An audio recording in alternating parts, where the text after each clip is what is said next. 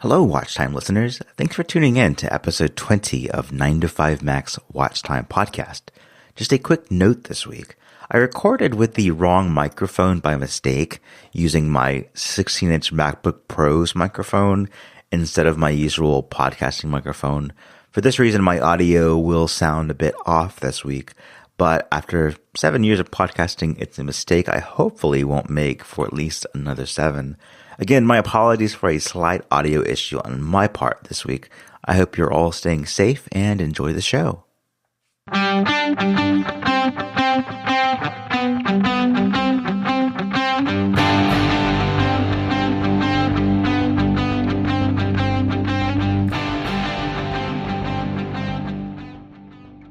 Welcome to 9to5Mac Watch Time, a podcast series exploring the world of Apple Watch and how it impacts people's lives. My next guest is David Smith, developer of loads of apps, including Sleep++ and Geneva Moon, and co-host of Relay FM's Under the Radar podcast with Marco Arment. Welcome to the show, Dave. Thanks for joining me. Thank you so much for having me. I'm a big fan of the show, and it's fun to be on. Yeah, this has been a long time coming. We talked a few months ago, and there was interest for both of us, and then there just happens to be a major new app that you have ready to ship now, so we get to discuss that in this episode. Yeah, no, I'm excited to, I love the watch. It's like it was kind of wild to me recently. I was sitting down and kind of working out how long I've been making watch apps for, and it's 5 years now, at this point. And since the watch first came out with those like awful WatchKit 1 apps that we could make, like I made 7 of them, and like it was awful, but I loved it. And I've been making them ever since. Like I just love making watch apps, and like everything about the Apple Watch. It's my favorite platform to develop for at this point. So it's really cool. That's so cool. I was looking back at just like past 9to5Mac coverage of your apps, Dave, and the first one that I reviewed was I was 30 days into working for 9to5Mac in 2013. I started on April the 1st, so I'm about to have my 7-year anniversary. Mm-hmm. And I listened to Under the Developing Perspective. And so I had heard you talking about Feed Wrangler, sure, the RSS app.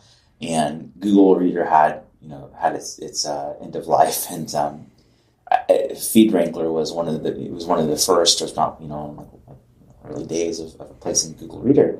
And I've stuck with it since then. And but I was looking back at the review, and it's like it was April 30th, and one of the entries in the screenshot of 9to5Mac's RSS feed was that our main podcast, 9to5Mac Happy Hour, was now available in iTunes. Sure. Like, man, and like iPhones now on with Boost Mobile, and the original iPhone will be obsolete soon. And then there were some Johnny Ive iOS 7 rumors. So it was like a long time ago. Yeah. Oh, sure. No, I've been doing this a long time. I've been making iOS apps back when they were iPhone OS apps, essentially right back from the beginning. Like I started developing for Apple platforms right when the SDK first launched, and was in the App Store within a couple months of it launching, I think.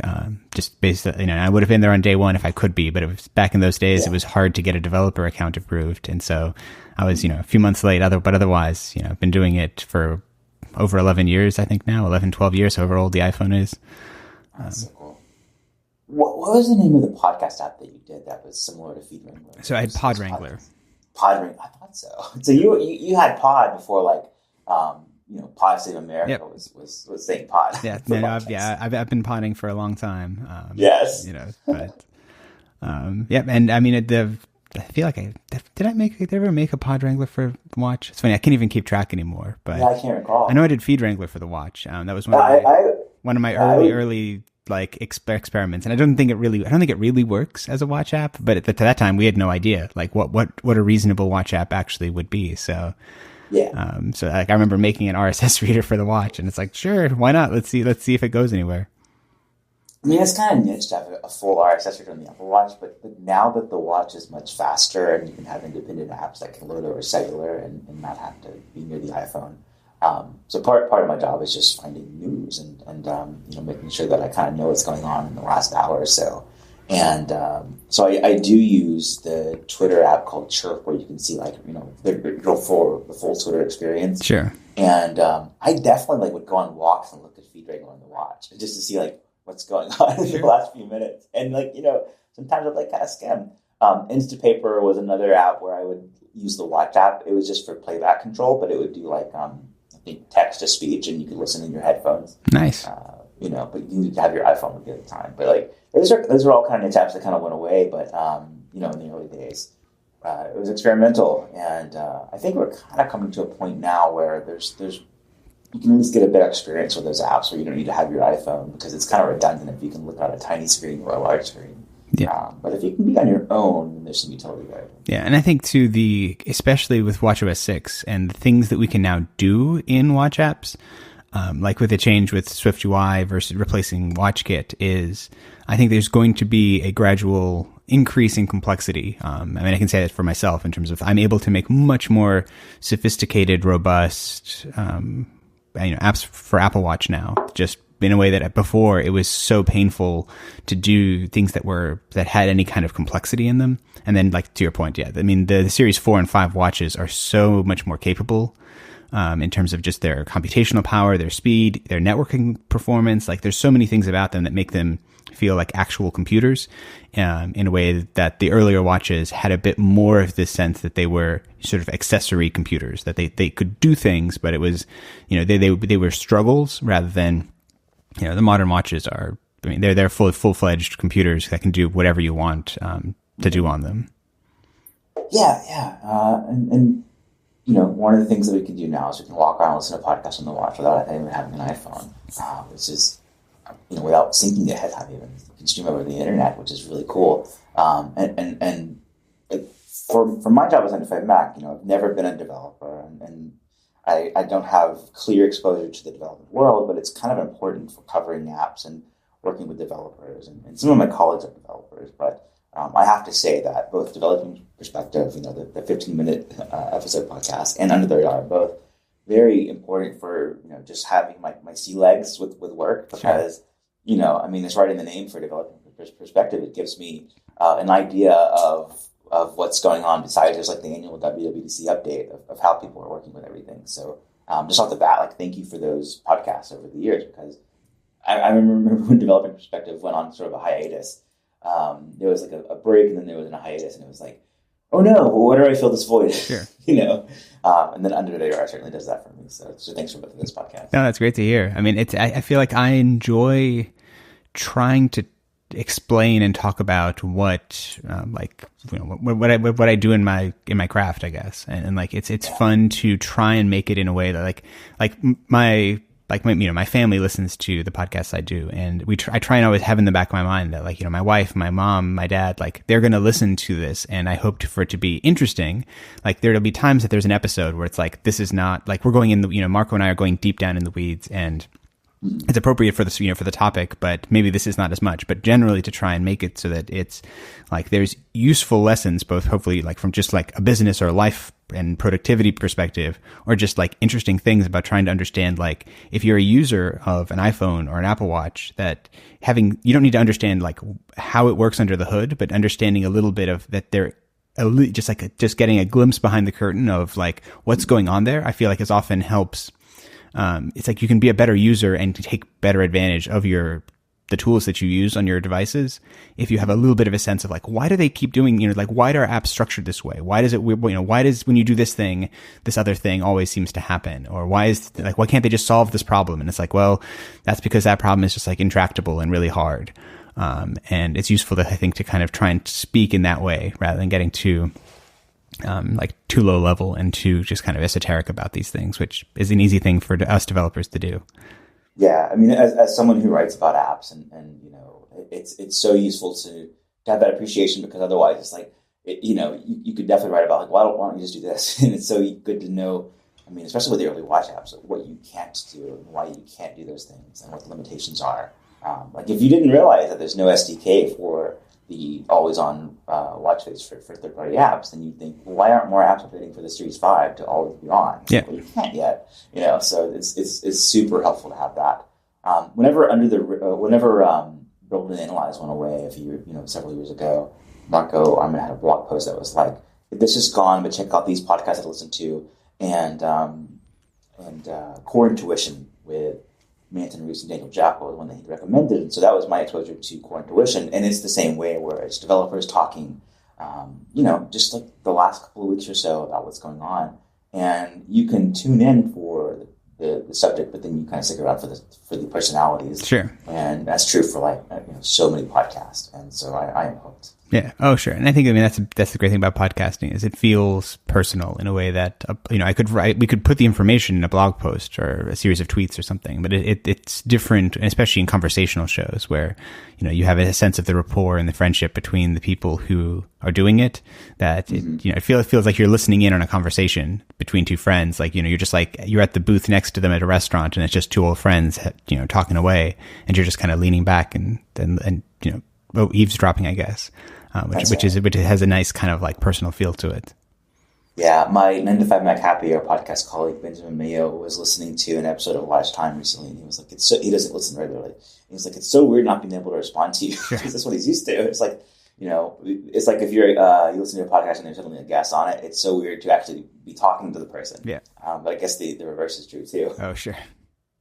And let's talk about some apps. So you have a lot of apps, and that's been sort of your successful approach is, if you see a problem, trying to solve it and seeing if there's something there in terms of the business. Some of these apps that are relevant to the watch are Sleep++, which is one of, it's an easy to recommend sleep tracking app. Activity++, which like the key feature for me in Activity++ is there is a concept of rest days that Apple lacks. Moon++, which turned into Geneva Moon, is an interesting story there, which was I think the first Series 5 Compass app that I tried. So that was really neat. Yeah. And then later today, we'll talk about your new app called Watchsmith, which has the best name. Yeah. It's so perfect.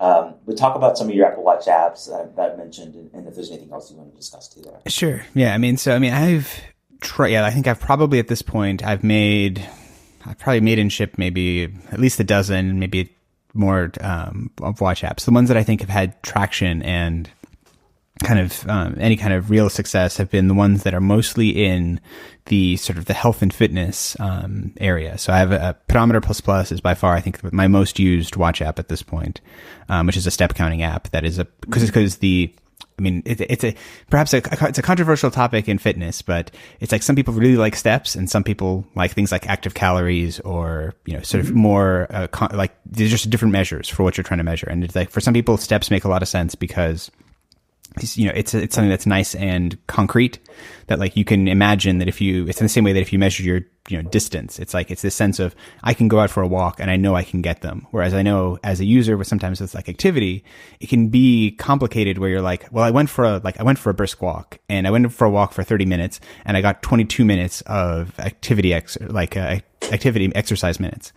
And it's kind of abstract and it's based on things that are less ephemeral. So anyway, but I like to say, so I have an app that's Pedometer++, which is a step counter that has done really well there. And then Sleep++ is an interesting kind of it's an app that I feel like I don't know what its future is because I keep feeling like I've been thinking it's going to happen for probably 3 years now that Apple was going to introduce their own sleep tracking, but in the meantime, it's been nice to kind of fill that void that doing as best we can as third-party developers to do basic sleep tracking on the watch and kind of exploring that space and just creating that as an opportunity that, I think an Apple Watch collects so much information that it's really nice to kind of think of ways to use things, even if it's not even necessarily in the way that it's intended. Like I'm doing my sleep tracking and analysis based on, the steps you take, the heart rate you have, and the sort of active calories you generate. Those are the primary data sources I use, and you can use those, and you can kind of, with some kind of thoughtful algorithm design, you can just interpret roughly when someone's sleeping and roughly how well they're sleeping. Yeah. Well, a couple of things there first.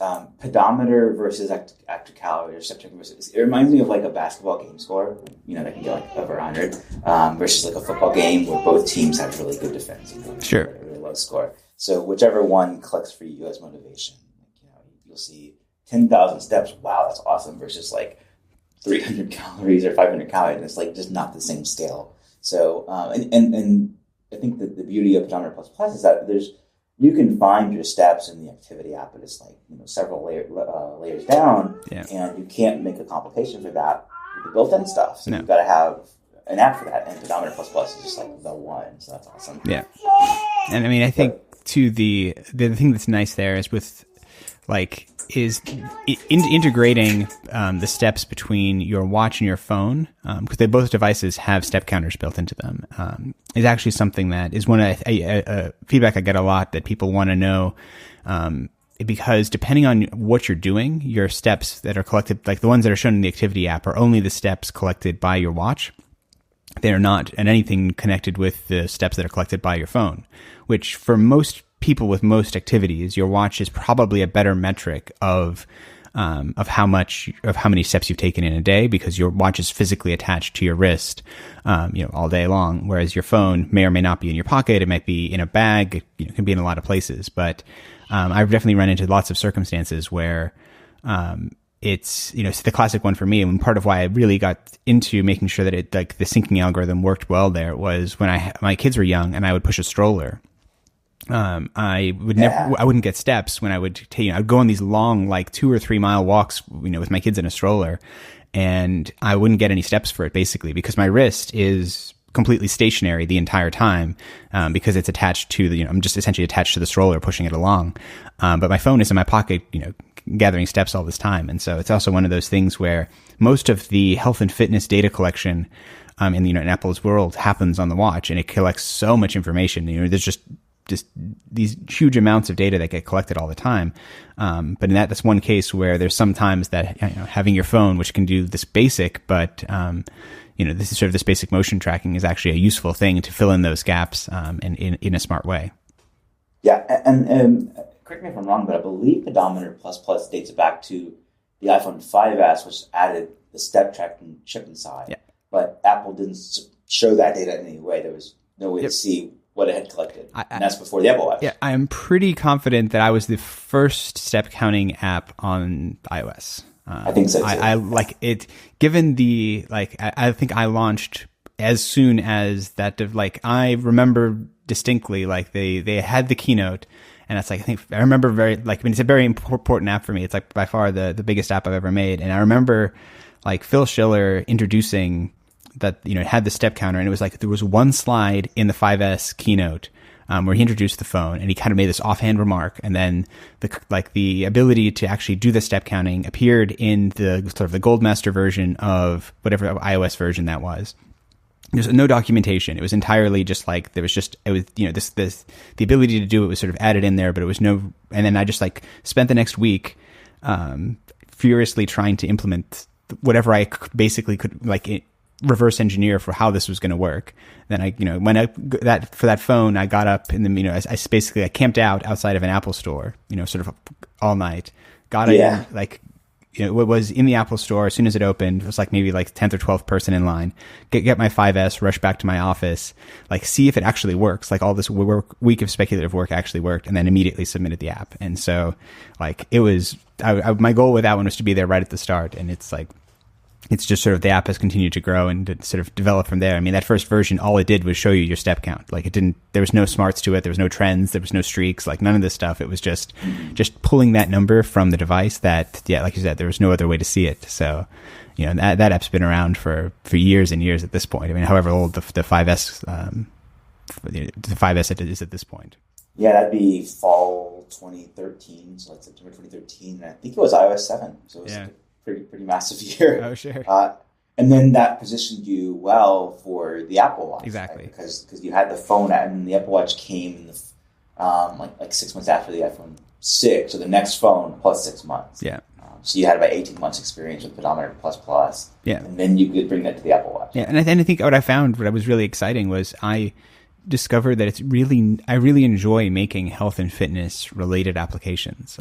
There is something satisfying about it, both in terms of it's an app that I use on a daily basis, that is part of my life and my lifestyle. I can use this thing, which, while some of the apps that I've made before, I make them because I use them, they're less a pervasive part. I read RSS, but I try not to read it all the time.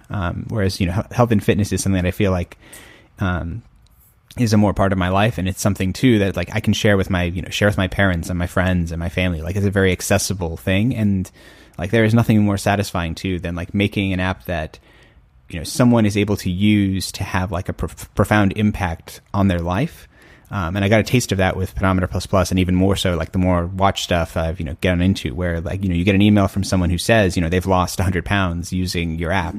And obviously, like, they didn't lose they didn't lose all that weight using the app. They did the hard work themselves, but like the app was a part of that. That was a thing that sort of helped keep them accountable or help motivate them or whatever that might be. And like that feedback is like you can't beat that kind of a feeling. And so I was very fortunate to have gone down that road of getting into health and fitness, and then obviously like Apple turned into that huge way. Like they went way down the road in terms of health and fitness and their emphasis on it. And it was a really fortunate place to kind of just like being able to keep going with that when the watch came out. Yeah, every year there tends to be a new sensor of some type or a new chip, something that is to serve a health and fitness purpose. Even with the Series 5, I mean, it's got nearly the same chip inside, but the always-on face kind of only works in apps with the workout app. So in that sense, it's still a health and fitness update there. So that's really cool. And I think, if I'm actually right, you before even like iPhone development, you did Palm apps? Sure. Right? So my very first job back in 2000 was I wrote apps for the Palm. It was back then, I think it was the Palm 5. I think it was the device that I was targeting. And that was like my first ever job being a professional developer. I made apps for Palm way back in the day. I mean, it was a totally different kind of thing, but it turned out to be very fortuitous to like have I had several, and I kept developing them, probably through like 2005, I think, or so. And it turned out I ended up working on like a Pocket PC with like Microsoft's kind of Palm competitor. But I ended up having a lot of experience developing we didn't call them mobile apps then, but that was basically what they were, and getting used to that. And in many ways, that experience has been even more helpful with watch development, because those were devices that didn't have like ubiquitous connectivity, that were very low powered, and you would kind of have these very constrained resources, and you had to deal with syncing and data sync, issues and those types of things. And in many ways, it reminds me of the early versions of the Apple Watch, where it was that same kind of like everything is piggybacking. Back then we would, plug our Palm into our PC and sync to it. Yeah. Whereas now it was much more that the iPhone was playing that role. But there's definitely, I've been making apps for small screens for a very long time. I love that connection and how it positioned you. I had some kind of a Palm in around like 2007 that I had just like some family member had given me, and it wasn't doing anything. I had a computer at home, so I'd like play with it. Sure. But it was just like, I like tech and this is tech, Yeah. and I would carry it around in school and everything, and like, not really doing much with it. But I love that connection to the watch there.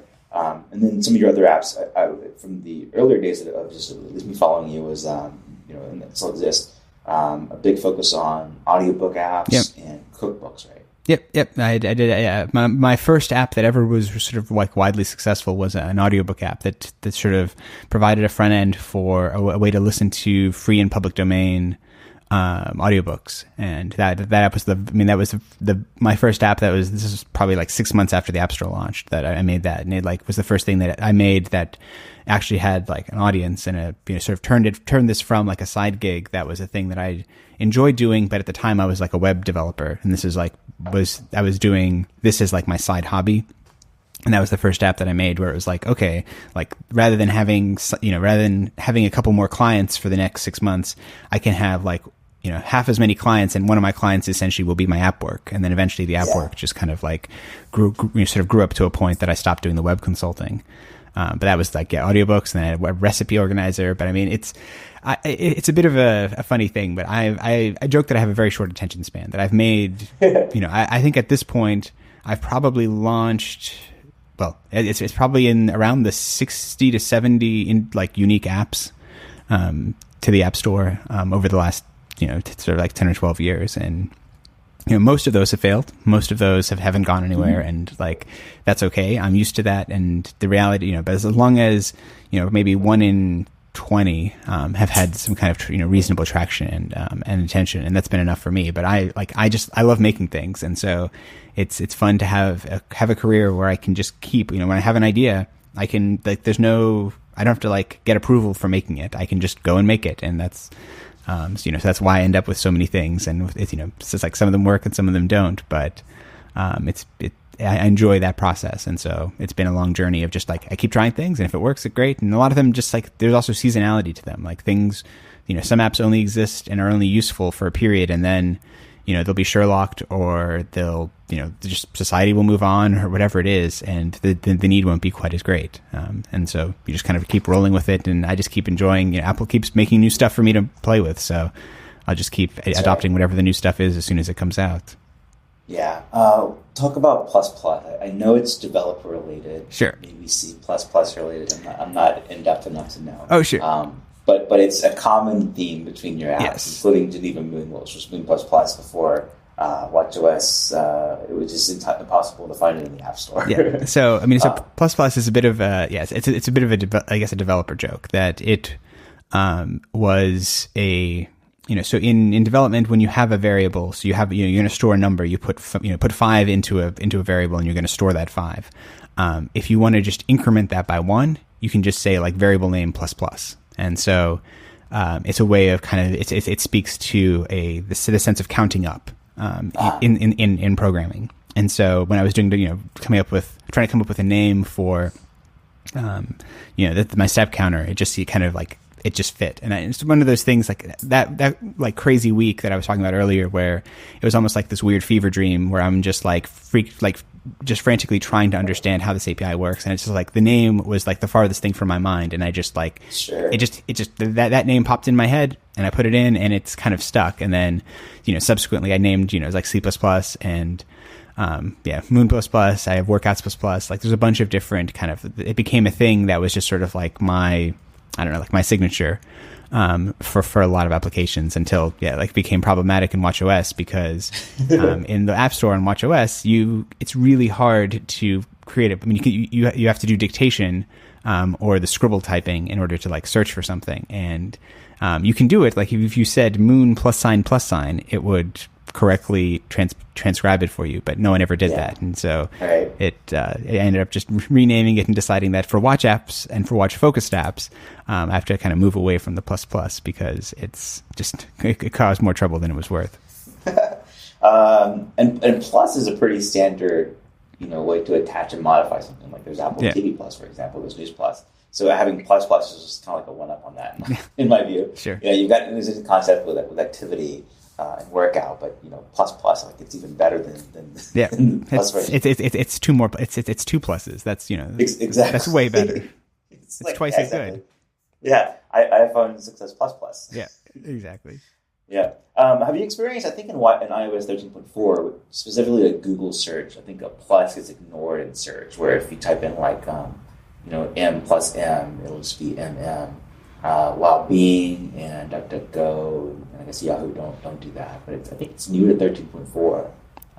I'm not sure if that affects you or not. I haven't seen that specifically, but I could see it. I mean, it has been both good and bad to have this. Like my general naming scheme for a lot of my things is fairly generic. Where like having an app like Workouts++, like it's good in the sense that if someone searches for workouts, I often will sort of search well for that. But it often it can go the other way, where it's too generic and things can get, it's like if it gets lost in the, like if you just go to Google and search for it, you may or may not get it, just because it might think, oh, you're searching for workouts in general, and it's just going to show you a bunch of generic workouts results, rather than having a name for an app that's a bit more specific and like sort of novel in that way. But it's also like it's come back. It's gone full circle with me, where sometimes it's been really good, and it's like if you search for Pedometer in the App Store, Pedometer ++ comes up right now. I think it's the #1 hit, which is great. Awesome. Which is partly because it's been around for so long, but also just it's a nice it seems like you're searching for the name of the app, because the name of the app is a more generic term. But yeah, it sometimes it bites me and sometimes it doesn't. So that's why, like, in general, it's like I'm starting to ease off of that a little bit, just to try and have the names be a little bit more unique and novel. But it's definitely it's worked well as having that sense of sort of continuity between them, because a lot of those apps are all about health and fitness, and that's been something that it kind of I think it worked well as a branding tool there.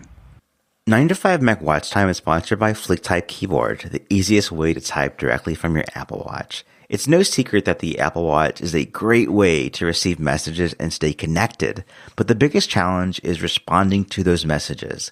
Features like Scribble and voice dictation are wonderful, but you can't always draw out a long message or speak your message out loud. That's where FlickType Keyboard comes in. With FlickType, you can quickly compose messages on your Apple Watch using a real keyboard. FlickType Keyboard works just as you would expect. It's kind of magical. You can double tap the space bar to insert a period and use a digital crown for alternative word suggestions, emoji, and punctuation. FlickType is also insanely accurate thanks to its sophisticated correction algorithm. Due to limitations in watchOS, FlickType Keyboard works best with the Messages app, but it's also integrated into some of my favorite watchOS apps like Chirp for Twitter. There's even a dedicated FlickType Keyboard complication for your watch face, making it easy to access the keyboard whenever you need it. FlickType Keyboard is available on the App Store as a one-time purchase of $199. Search the App Store for FlickType Keyboard or use the link in this episode's show notes to support the podcast. My thanks to FlickType for their support of 9to5Mac Happy Hour. Yep. I want to close the loop on two thoughts. I've got my Apple Notes, so it's like the overall guide for the podcast, but I also do a notebook where I write down things as you're talking. And so there's two things that I want to close the loop on. The first is several minutes ago, we talked about Sleep++, and then like the years-long pending Apple Sleep app, whatever that will be like if it ever is released. And so then that I thought about there is that, there's this whole concept of Sherlocking, where Apple makes a feature, and then this feature that a developer made, including an app named Sherlock, right? That was Sherlocked by Spotlight, gets replaced because there's something built in. But in many cases, it turns out, I believe, that Apple's version does one specific thing, and then third-party apps will do things differently. So you can kind of boost the signal there. But with sleep apps, it's interesting because I use several sleep apps, and you can prioritize them in the Health app on the iPhone so that you can see like which one you want to be like priority, I think. Yeah. But I use Sleep++ plus like every other sleep app so that I can have experience with them. Mm-hmm. And I imagine that will continue to be true, if Apple does an Apple Sleep app. But that's something I thought about, is that it won't necessarily I can see Apple's being different enough that it has its own benefits over third-party apps, but it also lacks some of what years and years of development have added in third-party apps. Yeah, and I think with I'm not necessarily worried that when Apple comes out with whatever their sleep tracking is, that seems and any year could be the year of sleep tracking on an Apple Watch. Yeah. I'm not really necessarily worried about it. And anything, part of me, the optimistic part of me, is just really excited about that, because there's a hard limit to what we as third-party developers can sort of the amount we can tell you about your sleep and how accurately we can analyze your sleep. Because during the night, your watch is collecting your heart rate maybe every 3 to 7 minutes, maybe.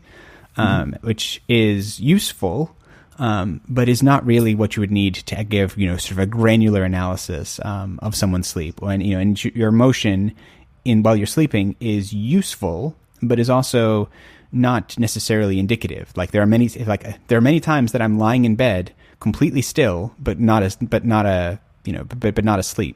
And so there's only, it's very difficult as a third party to be able to differentiate that. And my hope is that what Apple will be able to do is, because they're Apple and because they can run at a much lower level and they can run all the time, they'll be able to generate a lot more detail at a much higher resolution that is then available in the Health app probably to third-party apps. And so my hope is that what's going to happen is they're just going to create a really, they'll have an app and a way for you, if you just wanted to use Apple's version, that you can get a sense of your sleep, and that'll be great. But if that data is also then subsequently available to other apps, then we have the ability to present it to people in a way that might be more appropriate for what you're trying to track, and what trends are you interested in, and just visually how do you like to display that kind of data. And so my hope is that they're going to make that data available, which just seems consistent with, in general, that's, what Apple has done time and time again is they create this data source,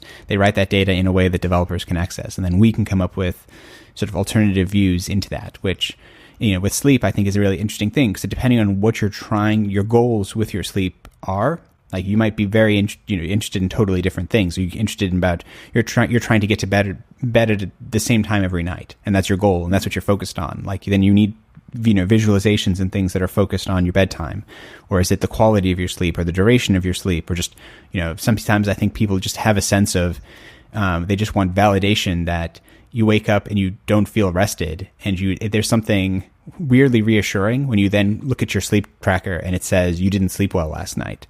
And it's like, okay, no, that wasn't just me. That wasn't like, whatever it is, I didn't sleep well. Right. And so my hope is, like, I'm still hopeful that, for that. And I really kind of look forward to what Apple does there, because, I've used a variety of different, in the development of Sleep++, I've used a bunch of other non-Apple Watch sleep trackers, just because it's kind of important for me to understand how different people have solved the problem. And it's amazing with devices that, like, for example, I have a device called a Whoop that does continuous heart rate monitoring. So it's a device that does, like, it's essentially as though the Apple Watch is in workout mode, where it's doing like the fully cranked up, like, heart rate samples continuously, a few times a second probably, all night. Like that's just that it's always doing that, and it's able to give you a much higher level of granularity about like exactly where you are in your sleep and what you were doing, and like that kind of stuff. Like I'm not sure Apple would go there, like from a battery life perspective, but they could certainly crank up from what they're doing now, and they could, I'm sure they have lots of intelligence about when they can turn that on. Like, it seems like something interesting is happening in your sleep cycle. Let's track your heart rate for the next, the next 30 minutes, and understand that. And like they can do stuff that is just impossible for someone like me to be able to do. Yeah, I wonder, for folks who have the main Apple Watch and then they sleep track with an older Apple Watch, try like logging a workout and going to bed and seeing what it does to battery life overnight, because the only thing it's doing is that 8 hours. Yeah, I've done that exact thing. I've done it a few times. I mean, it works in that context where if you have a night and a day Apple Watch, because in my experience, you can run a workout for 8 hours, and it will just about drain the battery of an Apple Watch down. But you're able to do it. And so, like, I've thought about going down that road, but it's just such a niche thing for actually encouraging someone to do that. And it's kind of a bit of a slight abuse of the workout API, to be, like calling this, I don't know, like a mindfulness workout or something. Like, I don't know what you would even call that, the activity type when you're starting the workout. But it is definitely something that's possible, and it's, I think Apple definitely has an opportunity there to, you don't need the heart rate tracking to be quite as granular as when you're working out, because it doesn't change as precipitously. It's not like if you're doing high intensity intervals or something where your heart rate is going way up and then way down and then way up and then way down, and you really want the workout app to be tracking that, each of those curves. And if it was only keeping track of your heart rate once a minute, you would miss huge amounts of the data. But like with sleep, you may actually, there's probably a granularity where you can still have battery life, but have that kind of like information that you need to gather as well. Yeah. And speaking of abusing the workout app, I think it might have been one of your apps, but it just kind of is in my mind now that there was, it might have been Podring, I don't know, but there was some app that let you maybe it was Evercast, an early version, but it would let you log a workout, like a walk, and that would let continuous playback in the background. Sure. This was my app Workouts++. Okay, cool. Yeah. So because I had written a fully featured workout app that was, like Workouts++ was one of my apps I made that was all about having a very customizable workout display. So like what you actually see on your wrist when you're working out. And that was its sort of conceit. But then I also had written I have an entire podcast app as well, like that sort of, I don't have to build that from scratch. And I realized that at the time, this was before background audio was possible on the Apple Watch, that I could sort of combine those two things together. And because I'm not like abusing the workout API because it's only works when you're in a workout. So the intention is like, if you go for a run and you start a run, well, I'm running because I'm your workout tracker. I can also then play audio. And so I just kind of like combine those two things together. And then a few months later, proper background audio came to Apple Watch. And so the app never, like that feature ultimately kind of never went anywhere, but it was kind of a fun, before it was possible, kind of a way to work around a limitation on watchOS. Yeah, I love that like approach to just sort of like innovating within what's possible.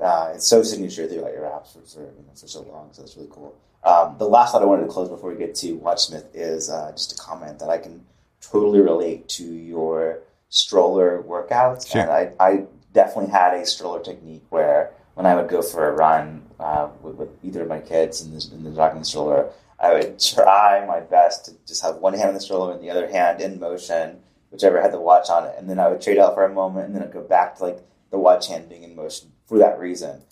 It's still an unsolved problem there. Well, and one thing that I will say that you can do, it doesn't work quite as well, is you can put your watch on your ankle. Okay. And you will get some, but not perfect heart rate data. And you will get motion data pretty well. So it's one of those, like, it's not a perfect solution to that problem, but it is something that I've run into, and I've tried it a few times because depending on what kind of workout you're doing, like there's some times that I find it really awkward to wear my Apple Watch when I'm working out for the kind of workouts I do. And like I'll have like a wrist wrap on or something where like it's really awkward to have a watch there. And sometimes I'll put my watch on my ankle for that reason. Or for a while I actually had it, like I'd wear a chest mounted heart rate strap, and then I would just start a workout and put my watch just in my pocket, and it would track the workout fine, and I would have heart rate data and everything. It would, it would work pretty well, and I just wouldn't actually have to have my watch physically on my wrist, because that's just, like I said, sometimes that's just doesn't quite work out for the kind of workout depending on what the workout you're doing is. Yeah, 12 makes that accessory where it's like an armband for your Apple Watch, like the old days of the iPhone. Yep. No. Arm. I have that, and I tried it. I mean, well, the reality, I think the theme you're hopefully picking up on. It's like anything related to the Apple Watch, I've almost certainly tried. Yes. It's like I found that thing that it was kind of annoying to keep like getting it in and out of. Right. But it works. Like you can definitely wear an Apple Watch, like, pretty much anywhere that it's connected to this, touching your skin, it'll be able to get a reasonable amount of heart rate, just because your blood is everywhere and your blood is moving everywhere. So like it just needs to have sort of a nice firm connection to your skin. Yeah, and then the Polar OH1 is a heart rate strap that I like because it doesn't go in your chest, which I found to be just too cumbersome. But it goes on your arm or leg or wherever. You can even do like your upper arm, and it charges. You have to charge it regularly. It's like several hours of your life. You can maybe use it for a few days and then recharge it, but it's whereas the chest ones are like they use a coin battery that lasts almost forever.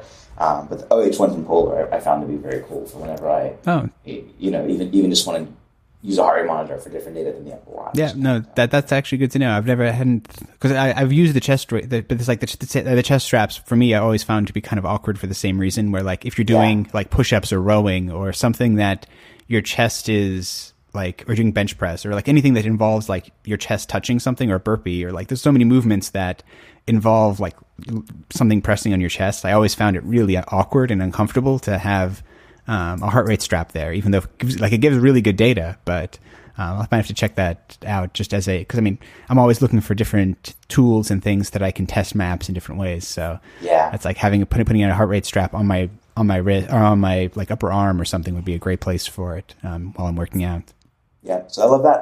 Let's talk about Watchsmith now. Sure. So I'll kind of set the stage for this.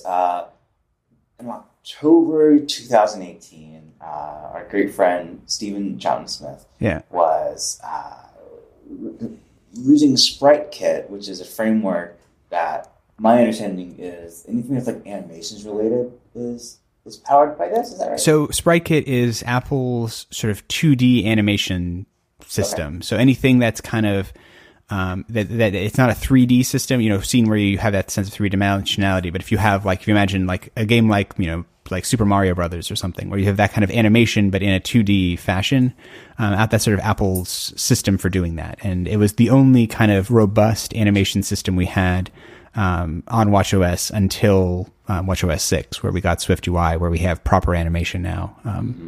Yeah, so this was, before this was around watchOS 5, and STS was using this tool to sort of play around with what's possible with third-party watch faces that you can't officially do. You can't run them, like release them as an app and run them full-time, but just, sort of as a playground using Xcode to see like what would be possible if Apple supported it and allowed it. Yeah. And you were very much interested in that, right? And sort of doing your own versions of that. Yeah. No, I mean, I got, so this project for Watchsmith got started when I started. I saw that he was starting to basically he had come up with this way of kind of simulating what a watch face would look like on the Apple Watch, and I just thought that was the coolest thing. And so I just spent the next month making a whole bunch of my own custom watch faces that, like I said, you can't ship these. They're not like actual things that you can ship, but just the design and the process of doing that was something that I just found really compelling. That there's something really, it's an interesting design challenge to make something that is useful and legible and beautiful, and still fits and is on a teeny little screen. When you look at a 38 millimeter Apple Watch is tiny, and so it's a really fun design problem to be what can I show there? What data can I put there? What information would be useful to put on a watch face? Even though, this isn't something that I can, make as the actual watch face, it was just a fun design experiment. And that definitely got me down the road, to where I am now of I just love making things for watch faces, which right now the best we can do is complications. And so that then ultimately got me down the road of, with Watchsmith is an app that is, entirely geared around trying to just come up with unique and novel and beautiful ways of displaying information on your Apple Watch screen, and displaying it in ways that aren't beyond the kind of very static, sort of I kind of like the aesthetic of the Apple Watch. In WatchOS, I guess it was 5 and 6, they have this kind of this rounded, very kind of oblong, bright and colorful look to it, which is nice.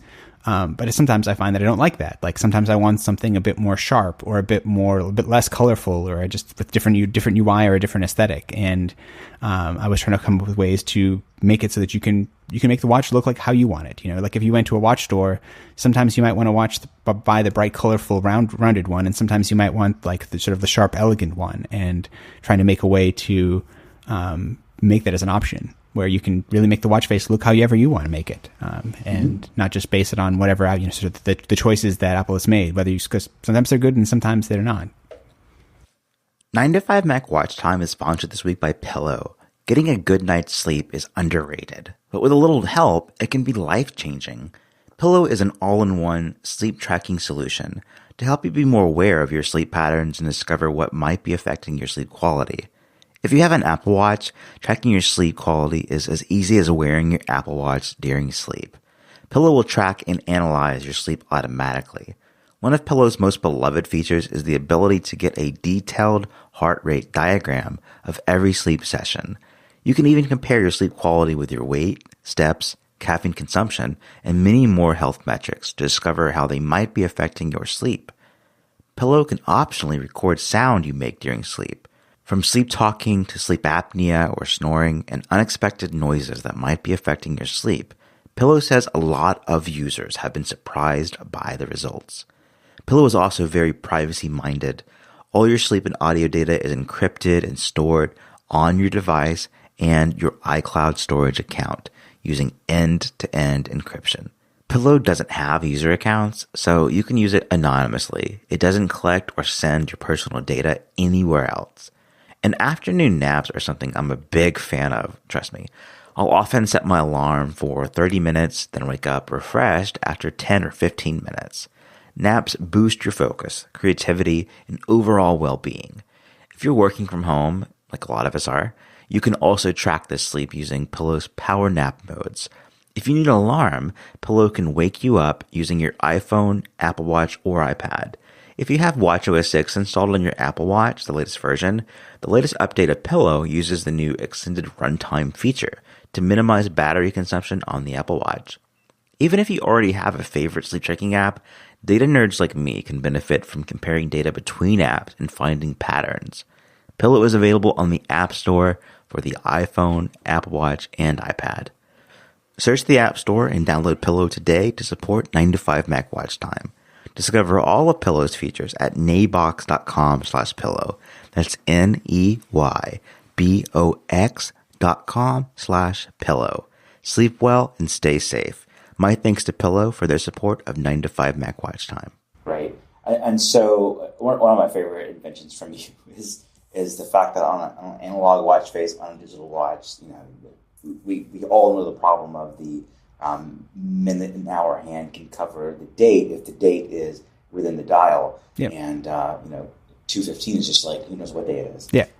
And you have this really cool idea that is shift the date above or below the hands when possible, so that, hey, it's a digital watch, why can't you see it? Yeah, exactly. So this is one of these things where one of the things that I enjoy about this is like I've spent a lot of time doing research around like the classic mechanical sort of watch industry and the way that, the things that they've designed and why they do things the way they do them. And like, it's been a really fun process. Like I got my first, it's a very basic, but I have a basic mechanical watch that I got as part of this project where I was like, I just need to have a watch that ticks and like see what that's like. And I got this like $90 Seiko that's, but it's cool and it has gears in it. And it, if you have to like, you power it by shaking your arm back and forth. Like there's something really cool about that. But it's also, the more I got down that road, like there are some things that feel really funny when you bring them over into the Apple Watch that feel like the Apple Watch is tying its hands behind its back because it's being this sort of homage to something that's physical and mechanical and that has existed in the world for so long. And so things like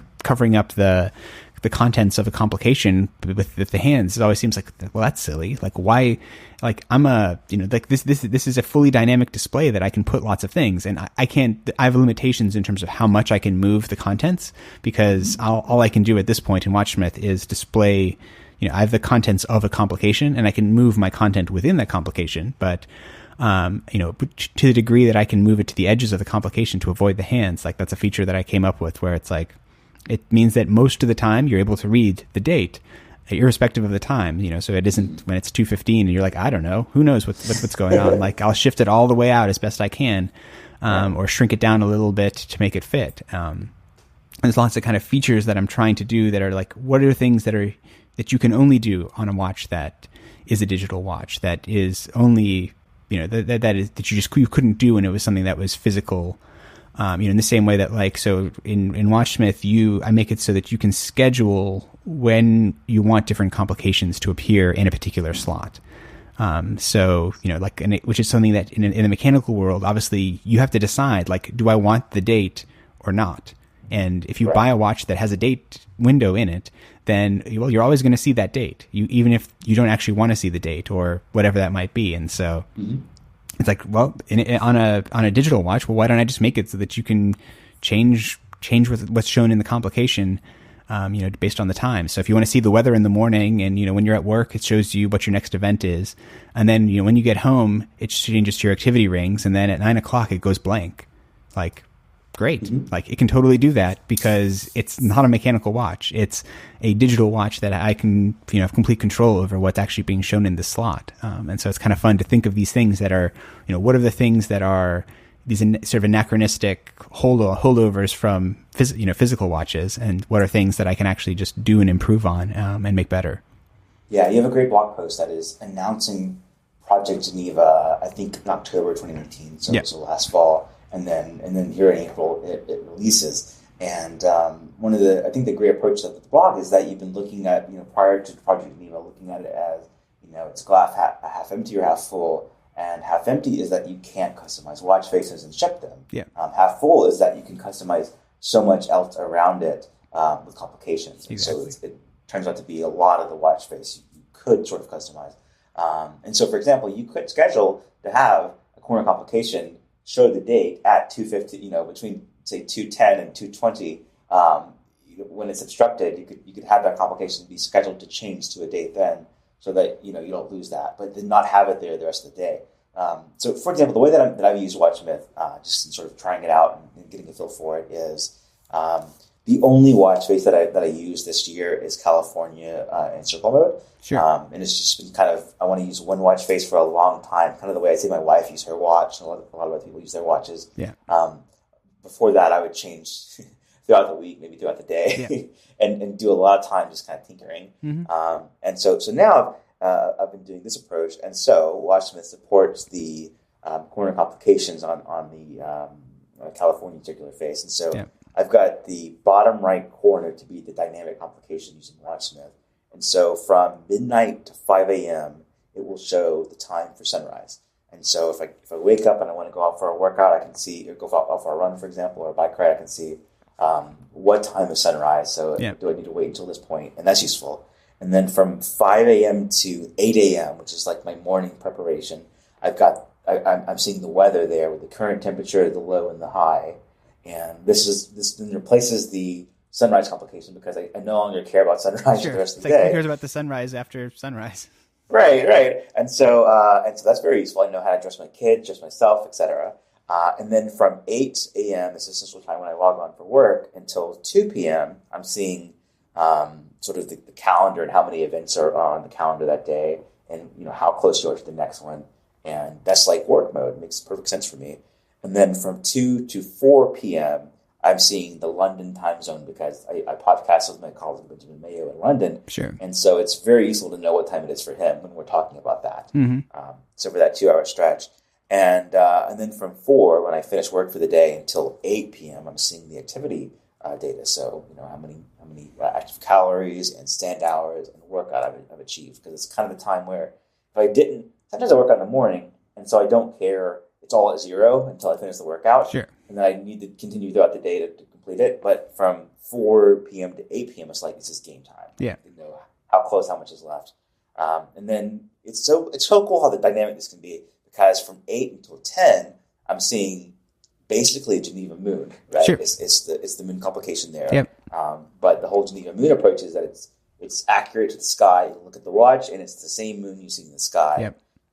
And then from 10 to midnight, it's kind of a clue to go to bed because it shows me the stars. Yeah. And until midnight, when it's way too late to be awake, and it shows me sunrise. It's like this is how much time until you get to wake up. Yeah. That's one watch face, one corner complication. But it's so cool to just expect that complication to change throughout the day, and it kind of frees up other complications because I no longer need to see activity readings all the time, where in the morning they're kind of useless. They're all at 0. Yep. I only see them until the afternoon. And it's so neat. And weather, like those are 2 complications that I always have showing before Watchsmith, because I want to know them when I want to know them. But now it's tuned to being a little bit for time, and it actually frees up 2 more complications. So I've been able to add more third-party watch complications that I didn't have room for before. Yep. No, and I think that is something that I've found myself too. And like I've ultimately settled on I use the California face, but in the full screen version, which is primarily because I'm the kind of I don't know what it is about my brain, but I can't read an analog watch unless it has numbers on it. Like it's just I don't know how people do it where you have a circle with little like tick marks on it, and somehow you can read it and know what the time is. Like it's kind of a funny thing, given that I've spent the last 6 months of my life like deeply analyzing watches. I've built several complete watch systems. Like I have all this. I know everything there is to know about watches, but I can't read the time on a watch unless it has numbers on it. So I use the California face with numbers on it. But the problem with that is that face only has 1 slot in it. And so before, what I would have had to have done is it's like, I don't know what I would have put there. Like sometimes I'm interested in the weather. Sometimes I'm interested in my activity data. Sometimes I'm interested in who knows what. Like it's this constantly, there's such this scarcity of real estate on a lot of the faces, and especially the ones that I feel like are the most aesthetic faces. Like there's you can use the modular face, which is great, but it's just like there is just so much there. Or the infograph face, the classic infograph one where you have 4 complications in the middle, you have the bezel on the top on where the numbers would go, and then you have the 4 corners. And that is a lot of stuff that you're trying to squeeze into something if you're actually going to want to be able to. It makes it harder to read the time. Yeah, you have no idea what the time is. You need you can set that maybe you need one of your complications to be showing you the time so that you can read the time in it. It gets a little it gets a little silly there. And so that's something that I just like being able to use the more kind of streamlined, simplified watch faces. And then just, like you said, like have it be dynamic and relevant for, for what I do. Cause most of the time it's like, I'm interested. Yeah. It's like, I want to know the weather in the morning much more usually than I want to know the, sort of the weather when I go to bed. Yeah. And it's, and I think it's just been fun. Like, I know you're a bit of a space guy, and it's been fun with some of those ones. I'm glad to hear you use so the Starfield one actually is the actual stars as they are above you right now, as well. So like, it's been fun getting into kind of the astronomy side for a lot of these things where there's a lot of watch history that was based around, like trying to show like a moon phase dial on a mechanical watch is like a really complicated thing because the moon's period is not consistent, and so it's really hard to do. And so like digging into learning the math behind how to actually reasonably accurately calculate it. Like I wouldn't like do I wouldn't like launch a rocket based on my rendering of the stars, but it's like it's accurate enough for the for showing on a on a screen that's like 100 pixels by 100 pixels. Like my stars are pretty good. It's awesome. Yeah, and I mean, essentially, you've got one complication that becomes up to 24. I mean, you can do up to hourly, right? Or hourly. Yep. So you can make them change every hour if you want to. And then I think the other interesting part of that is it's like, well, what do you do? What happens then when you tap on the complication?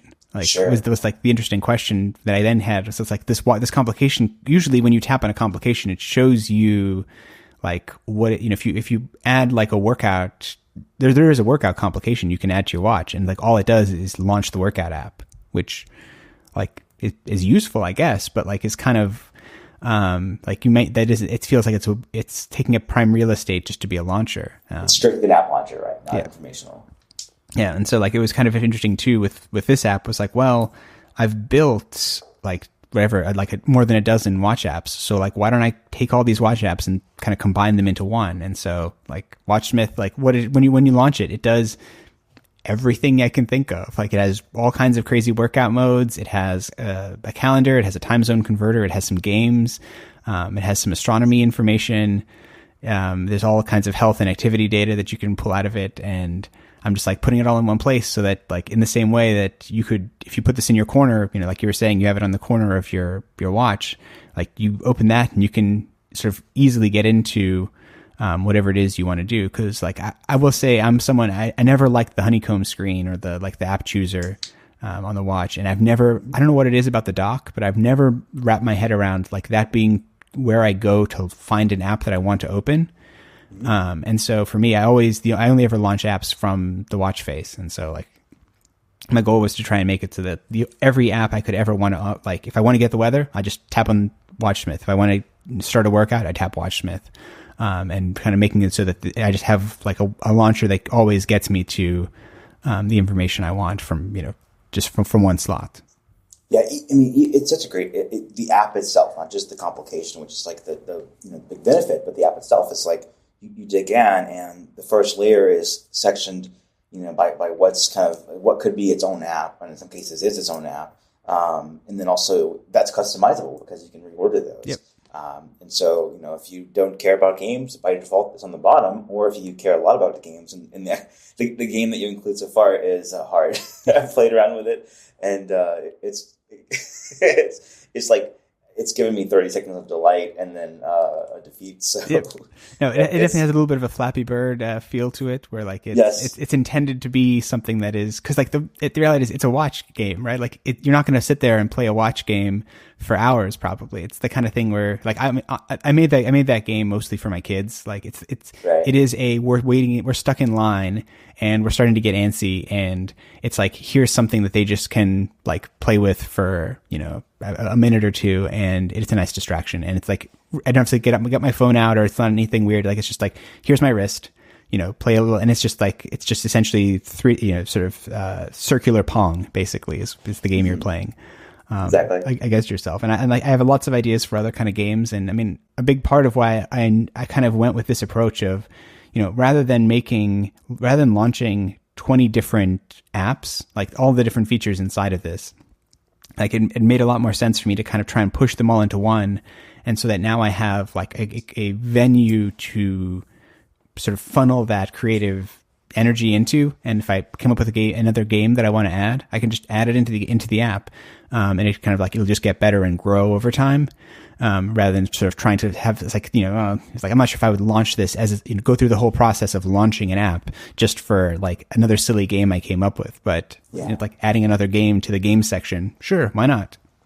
Yeah, I wonder if I don't know if it's possible, but just an idea is like a game that has you move your body point in a different direction using compass. Sure. So obviously Series 5 only, but and above in the future. But like, okay, northeast, and then like the opposite, and like sudden movements like that based on time. Oh, sure. Like that it could be like almost like a Wii level movement game. Yeah. Well, so, the thought that immediately comes to mind for me with that is I could almost imagine doing it. Like, the funny thing is, I'd have to end up calling the game like Dizziness. Sure. It would be like if you made the game like Simon, where it's like you had like it was like red, green, red, green, yellow, and so you could do exactly what you just said, but it's like north, south, southwest, southwest, east, and then your goal is to match the pattern. You could imagine like all kinds. That could be the biggest use of the compass. Ever, so far. There's so much cool stuff here. Like, I don't think you can see your workout history built in with the workout app or the activity app, but so much to tell. And prior to today, I think there's only 24 hours or current day. But right here, you've got workout history. In the health section, there's box breathing, which is like an exercise and meditation that's different from the Breathe app. That was new to me. Yeah. But I found it very cool. Very neat. Yeah. It's just like, because my goal is to just, it's like find different and interesting things. Like I love the Breathe app. Like I use it myself, and I've actually found it really helpful with my kids too. Like it's sometimes when they're upset and they're mad, it's like, it's nice to have something like I'll take my watch and I'll put it on their wrist and be like, which just like I think it helps get their attention. Like, whoa, I'm wearing daddy's watch. And then it's like, now I want you to breathe with, when the little thing comes out. And it's like, it's one style of breathing. Like it's the, like Apple's encouraging you. It's just like the deep breath in, deep breath out, which is great. But it's like the box breathing is another technique that I've found for myself, which is 4 seconds in, hold, 4 seconds out, wait, 4 seconds in, hold, 4 seconds out, wait. And it's like, it's a much more slow kind of thoughtful version of it. Like it has a little bit more of it's slightly more meditative because it isn't just breathing. It isn't just like the natural, you have to really concentrate on what you're doing. It's like, I found it to be really helpful. And so it's like, well, I have this, like, why not just throw it in, I can put it in the health section, as an alternative to, that kind of like breathing meditation, and put it in there. And it's, in the same way, I think I put there's an area that shows you your heart rate data, and it's like, gives you, kind of a quick snapshot of what your heart rate's been like today, which is like it's something that is useful, and it's like, and you can get that in the Heart app, but it's it's nice to have in one place and a bit more graphical. Like their version I feel like it's so Spartan and like it's just it's like white and red. I just I don't know why, but when I think about my heart, I want it to be colorful. Right. And you do a lot with like playful animation. So the heart section is one of those, where there's another that comes to mind, where every time you change the interface or it loads on, then it's like it's playful. And it's not just like static. And I really appreciate that kind of stuff. Yeah. I mean, it's been fun to just be able to do that for the first time, because this is my love letter to SwiftUI on watchOS, where you can find, like, I've been making apps, but it's like been feeling like you've been making like the old style of making watch apps, whereas it felt like you were making them like with one hand tied behind your back. Like you have this cool idea for like really subtle and sometimes small things, but it would be so hard to do, if not completely impossible. Like it would just be it would be really frustrating that you couldn't do it now. And now finally Apple has kind of like given us that opportunity, and I've kind of tried to find as many places to add those little touches, and I'm glad you kind of picked up on them, because I'm trying to like really take advantage of that, because it makes the app feel much more interactive and much more just like friendly. Like if you go into the calendar section, when you change days, like the day that you're looking at, if it's before the day that you're going to, it like flies off to the left, and the day that you're going to flies in from the right. And if you do, if you go the other direction, it flips the other way. And it's a really subtle effect. It only lasts like, it's 0.2 of a second that little effect happens, but, it gives you a sense of place, and it gives you a sense of where you are moving through your timeline. of your calendar. And it's like that. I don't think I could have made that in WatchKit, like in the old version of WatchOS. And it's like, I'm so excited and glad to be able to do that kind of thing now, where it makes watch apps feel like they're actual apps, that they're not just these kind of like static representations of data that, they often would feel like before. Yeah, it's so much a celebration. Like if you had first generation watch and you had this, and you were comparing what you could do with like Apple's built-in apps then, which had some special privileges. Like it's such a celebration of what you can do now. I love that. I want to do a lightning round of feature request, because you can clearly see how Watchsmith is a platform.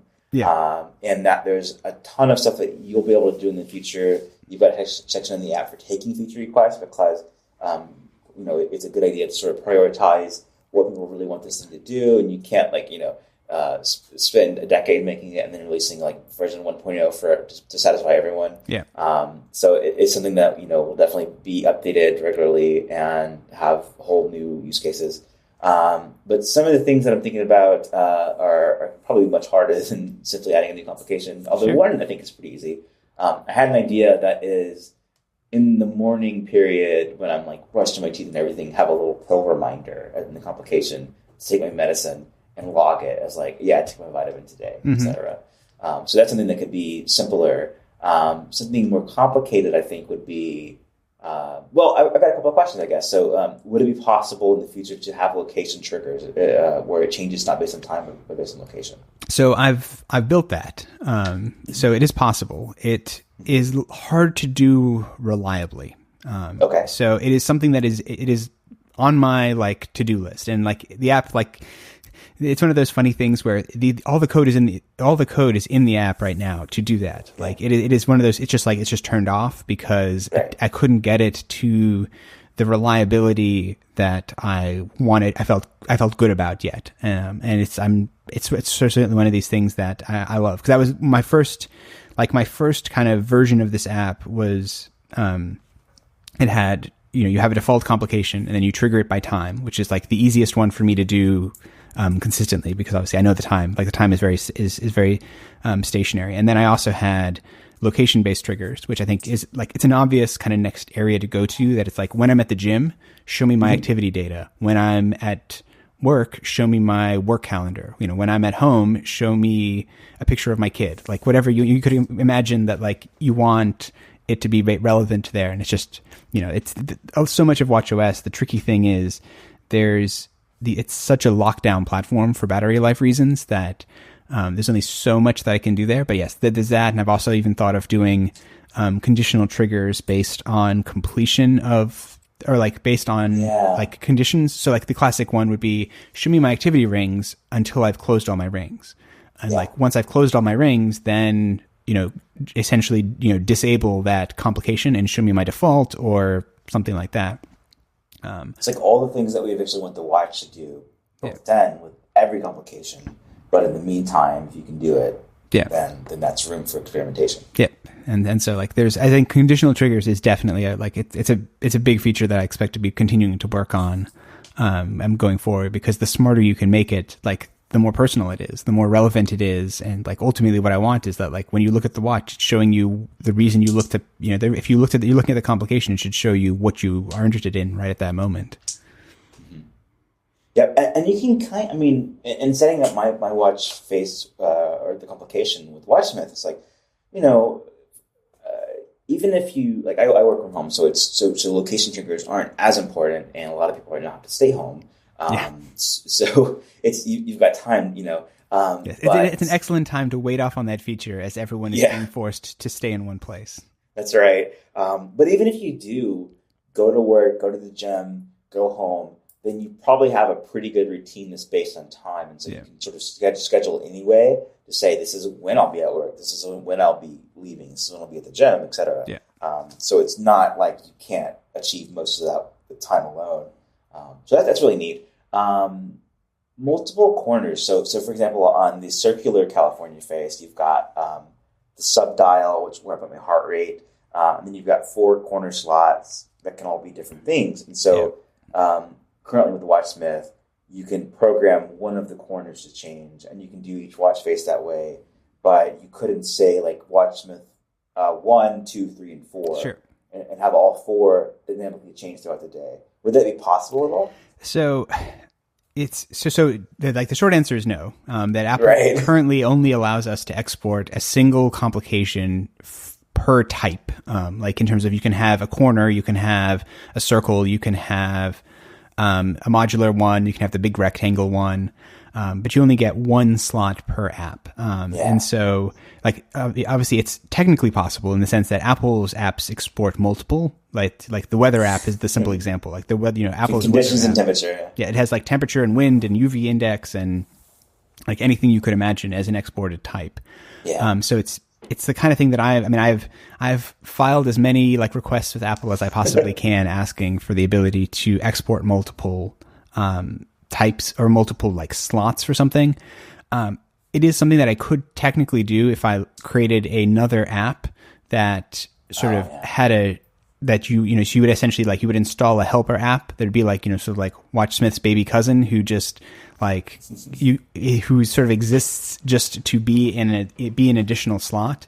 And that's so complex. Yeah. And like that just gets really fiddly. And so, it isn't something that I'm very hopeful that something like that might come in like WatchOS. WatchOS 7 is only, probably a couple months away from us at this point. And so I would love to be able to do that, because I think it takes the same concept of kind of giving you control over what your watch looks like. Takes it to even the next level. Cause one of the things that I love is changing the font of, what my complications are. So that sometimes they're not, I don't use the sort of the same for that very watchy rounded, font that is kind of the default now.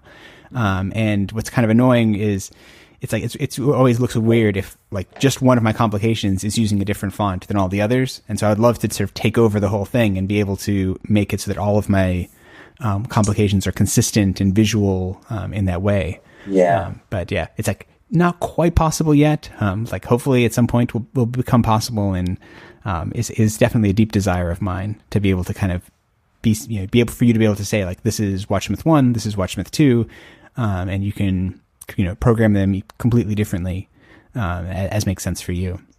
Yeah, that's so cool. And then you can do the system font if you want to right now. So, for example, you've got a bunch of fonts that you license and use, and then there's also system built in. So if you wanted to match the rest of your faces, you could. Yes. Oh, sure. Exactly. Like, I mean, if you want to run it just so it fits right in, by all means, just use the system rounded font on the infograph faces, or the system font if you're using it on a non infograph face.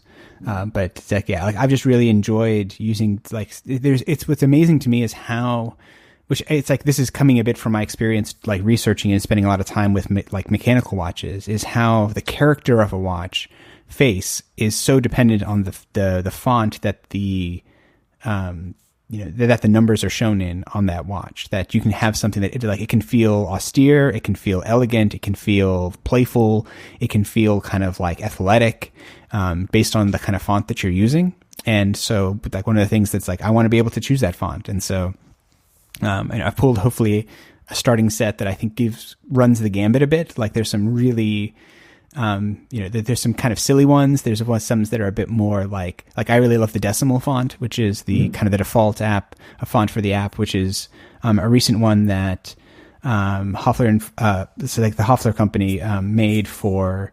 That's based on it's kind of a homage to the way that a lot of numbers and letters have to be shown on watches. It's based on, they did this whole sort of artistic analysis of the way that you have to show numerals when they're shown on a watch. Like, and they're just looking at mechanical watches, is tricky because they're so small, but you want them to be really legible. And so you have these weird problems. Like, how do you differentiate between like a 0 and a 9 and a 6? Where it's, in a lot of, if you just glance at them, those numbers can often look really, and an 8, probably too, like those numbers can all look very similar. They're very round. And so like, how big do you make the circle on the top of the 9, and how, sort of chunky do you make the 8? And like, there's lots of really cool things. And they've come up with a font that I think looks really good at small size on the watch. and is a nice kind of like counterpoint to San Francisco, which is Apple's font, which also looks good small on the watch, but is a very kind of, I find it to be a bit vanilla myself. Mm-hmm. Yeah. And font as a form of customization in your apps is sort of signature too, because I remember Check the Weather years ago, which was like my favorite iPad weather app at the time, before it was retired, was like, what is it, Idlewood? Yep, Idlewild. Idlewild, which is one of the types that you can set in Watchsmith. Yeah. Idlewild is a funny font. I think it looks gorgeous, but it is very dramatic and very kind of like striking, which is kind of cool. And it's a really wide font. So like San Francisco and a lot of the fonts on iOS are relatively narrow, which is usually a good thing, which is usually what you want.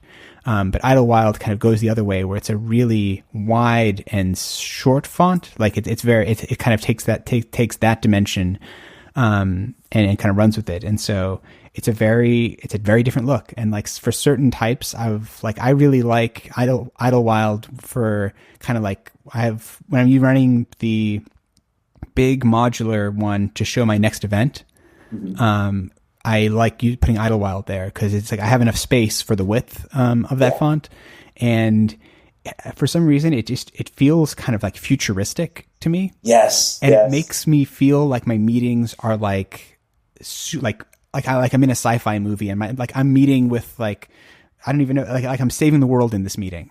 Even if the meeting is just like, it's like have lunch with Bill, like it just there's something that kind of every time I see it looks like, I feel like it's cinematic. And so I put Idlewild in primarily so that I can make it so that when usually my days aren't super calendar driven, but when they are, I feel like I'm saving the world while I'm going from meeting to meeting. I love that. And I sort of just realized, like, when I write, Idlewild is like my handwriting. It's short and wide, and it's playful and like action, and definitely sci-fi. Like in 2013, it felt like it was unlike anything else I'd seen. And then I think Instagram Stories has like a font that's sort of like action based, like looking like that. And it's not really the same, but it has the same feeling. And it's like, I think you used to Check the Weather years ago. It was like ahead of its time, and like it can't, that's one of the things. Is like with different fonts, they come into style, what's like default and popular, and that's one that I think has definitely, like, even you say it feels futuristic, and it does, but it also kind of feels like it's like of the era now that we're at. Sure. I love that. Last thing I want to ask about is just like feature requests. It's probably like way complicated, but it's this is where like Watchsmith would really become a platform, but it would be complex. But it kind of, I'm thinking about like drafts and how drafts use the X callback method to integrate with different apps, and I imagine the watch is way more limited than even what you could do there. But I would love, like, my favorite run tracking or like run log app that you check your data afterwards is called Tempo, and I recently requested. It only had an iPhone app, but it used your watch workout data. And I recently requested to have a complication on the watch. Like, this would be the whole purpose of the watch app, is to see your historical miles for the day, week, month, year, and ever. And now that is the complication. And like, you launch it and it shows you that in more detail. But that's the kind of perfect thing that is like, I want to have it on my watch face always because it's motivating, but you could see that being very useful as like a dynamic slot. And so rather than having to like rebuild it yourself, it would be very cool, although I imagine challenging, if not even possible, to have other apps donate complications in a way and like it'd be integrated that way. Yeah. So it's like doing it like at a system level, I think is pretty challenging and probably impossible for a lot of security reasons. That there's a lot of things that like I can't get data from another app in the system in any kind of clean, reasonable way. That like vaguely you might be able to like put it in the pasteboard or something weird, but that's just like it's not good. Hack, right? It's like one of the things that I have on my backlog for doing there. I think that it kind of gets there or towards what you're getting to is. So do you remember the board? I think it was called Status Board by Panic. Yeah, it was my first app review in 2013. Yeah. So one of the things that they did in there is you could provide it with a URL, and it would just display the contents of what that URL pointed to. And one of the things on my backlog is being able to let you specify a URL, and it would just display the value coming from that, which it'll vary dramatically onto how useful that is for someone and for what they actually could, what they could put there. But it's like, maybe not in the case necessarily of tempo, but my hope is that you could imagine that there are people who have, like you're a company and you want to see, you have kind of some kind of internal dashboard that you have access to. And if you can provide me with a URL and then like the path within, usually it'll probably be like to a data, there'll be some kind of data format to be like, what element of this, this data that you're showing me, do you want to actually show? Then I could just, could pretty easily pull that on a regular basis and be showing that as a complication. And so it's a kind of a cool way potentially of making, you can really make a one of a kind complication. That is, you don't have to go through and build a whole watch app yourself. If you're a company and you just want to show like, your daily sales, but you have an internal dashboard that you can, kind of boil down to like, here's this number in this spreadsheet or in this data export that I want to see my, the daily sales volume. And like, sure, if you can, if it's something that you can make accessible by just like, some kind, you can give me a secret URL that I can hit, then great. Or, you can kind of imagine all kinds of things like that. And so in general, that's the direction that I'm kind of expecting to head in terms of third-party integration. Like for me, something that I would love is being able to pull data from like my to-do list, system, and to kind of have that sense of like, how many items have I, outstanding to-dos or those kind of things. And so that's something that I would love to be able to kind of pull. Like I could kind of do it now with reminders, because like Apple provides access to the reminders API, so I could pull like your number of like outstanding reminders. But having a kind of more generic way of pulling that data is something that I'm definitely like am thinking about, and I think would be really kind of like a promising direction to go down. Because like my goal with so much of Watchsmith is like I've spent the last 6 months like building infrastructure that like I want to make it so that I've spent a lot of time making it so that it's easy for me to expand the app, both in terms of like technically, like there's a lot of like really complicated things underpinning the way that the dynamic complication system works, and the fact that you can just like keep swapping them in and out, and the system just kind of works out what to do and keeps going. And then having like the space for it, that it's, not all of the interface is designed that it's like it can just keep growing and it can keep expanding. And if someone has an idea for something, that it can just be like, it can find its home in there and then just be added to it. I love that. That would be just a power user feature, because the app is already kind of like, that you want your watch to do something that it cannot do. So it's for the experience, I think. But then when you kind of hit the limits of what's possible, then that kind of feature where you pull in from the URL, like that. It's like, you can just imagine what you can do from there. And you kind of need it to know that you want it. Yeah. But it's such a power user feature. It's like that's something that you can unlock. Yeah, and exactly. And it's like, I think it's the kind of thing where my goal with this is to make it so that it's like the app is useful and like it hopefully would make sense. I mean, we'll find out, but hopefully it makes sense for like everybody, that like in terms of if you're an Apple Watch user, that wanting to customize the complications or have access to a bunch of different like cool workout modes, or a nice looking weather app, like might just be useful for some people, but it has it can grow from those kinds of like useful but straightforward use cases, to something that is much more like, sort of more of a power user, or more of someone who really is trying to use their watch in really kind of like robust ways. Like the app can hopefully kind of like span that sort of that breadth with you. And kind of, like your the way you configure your watch, or your Watchsmith complication is way more complicated than I do. Like mine, I have a default, I have a nighttime, and I have weather in the morning. Like that's what I show on mine. And like I have 3 things there, and it sounded like you have basically your entire 24-hour period covered with something, which is like, that's awesome. And like if someone really wanted to and have like a different thing for each 24-hour block of the day, or every hour of the day, like more power to you. But or you can just set the default, don't have any timed ones, and you just want it to be like the date, but it's prettier, like it uses a nice font, and like great, like go for that. Like it can totally be useful for just like that really straightforward like sort of more straightforward use rather than something that's like super complicated and like deep in the weeds. Yeah, I think that Watchsmith is awesome. And I mean, I said it before, but like, what a cool name. I mean, David Smith, Watchsmith, tinkering with your watch. It's so perfect. Yeah. Nope, that was one of those. I've struggled a lot with names recently, and that one just like once that name like popped in my head, it's like, nope, that's the name. Like, you realize that's the answer. Yeah, it very quickly became like that. Just sort of settled in my mind as like that's because I think it speaks to like I love the word tinkering that you just used there. Like that, yes. I love this sense that like I feel like aspirationally I've always been someone who wanted to like tinker with my hands, like be the kind of person who like does woodworking or some kind of like physical craft like that. But it's never been something that I really like I've ever gotten into, but it's always kind of like aspirationally been something that I thought would be cool to do. And this app has definitely been kind of an outlet for that, where I feel like I'm tinkering and I keep coming up with, like the first version, the first set of, I think I have 37 complications in Watchsmith right now.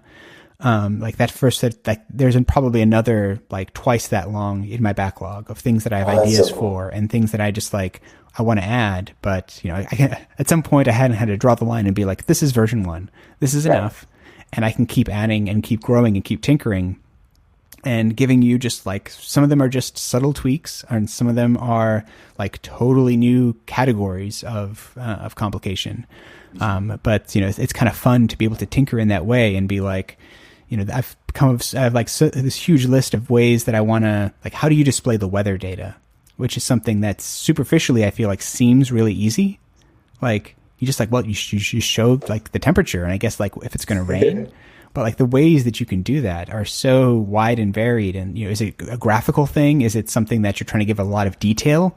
Is it something that you're just trying to be aesthetic? Like, is it just, would you just like kind of just want to see the color? Like, and it's just like when it's hot, it's red, and when it's cold, it's blue.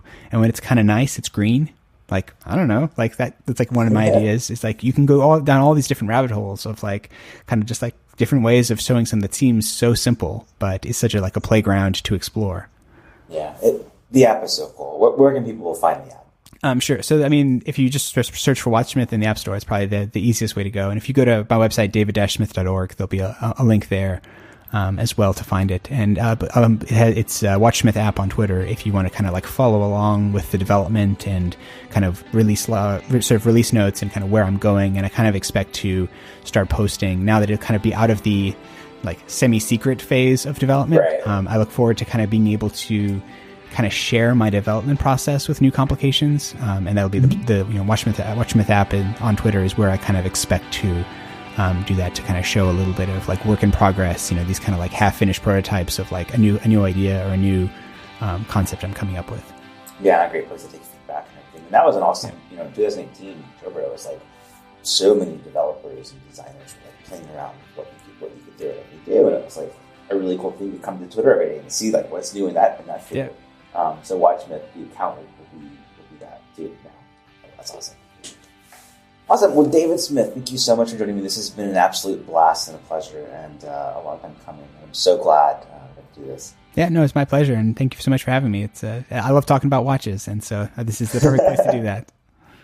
All right. Thank you so much.